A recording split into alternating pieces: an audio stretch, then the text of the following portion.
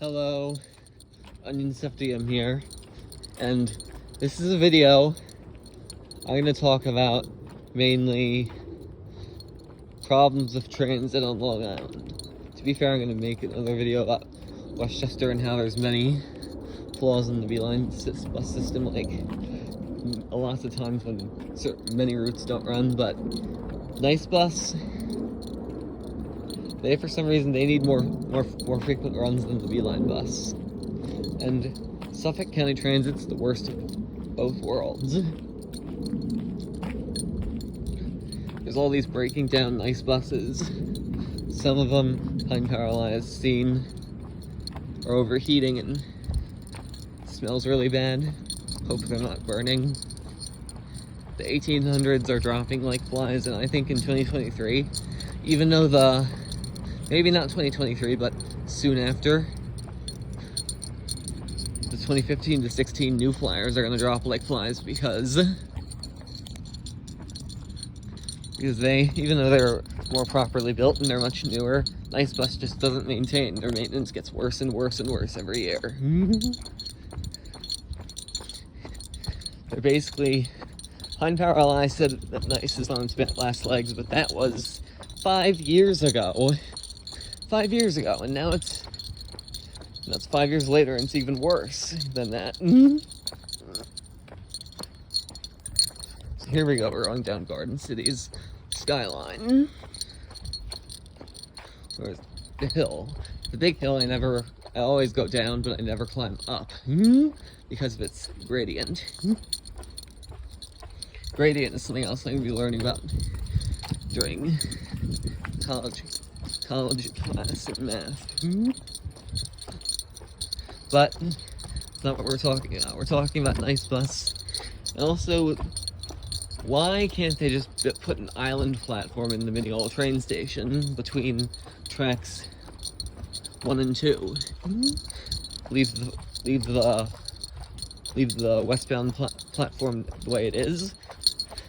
This way, Oyster Bay trains could depart from both sides. It's just ridiculous. On Long Island Railroad, and the switches were built on cheap near Mineola, probably using cheap resources from China, not just like the cheap ones from China, but the cheapest ones available from there, probably. And it's going to cause some interlining delays having the Oyster Bay trains all go from the westbound track. Yeah, especially during morning rush hours, or even evening rush hours too. Just getting the peak and reverse peak trains in a 3-track corridor is still teetersome.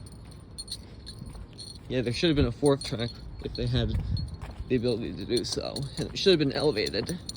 Also, the Babylon branch is going to need a quad track project too sometime soon, because the Babylon branch suffers from the same problems whenever the main line is shut down and they get a lot of trains. I mean, the Babylon branch needs quad tracking because 3 tracks won't work in a situation where there's island platforms, because it would require like crossing over the tracks a lot and more risk at crashes.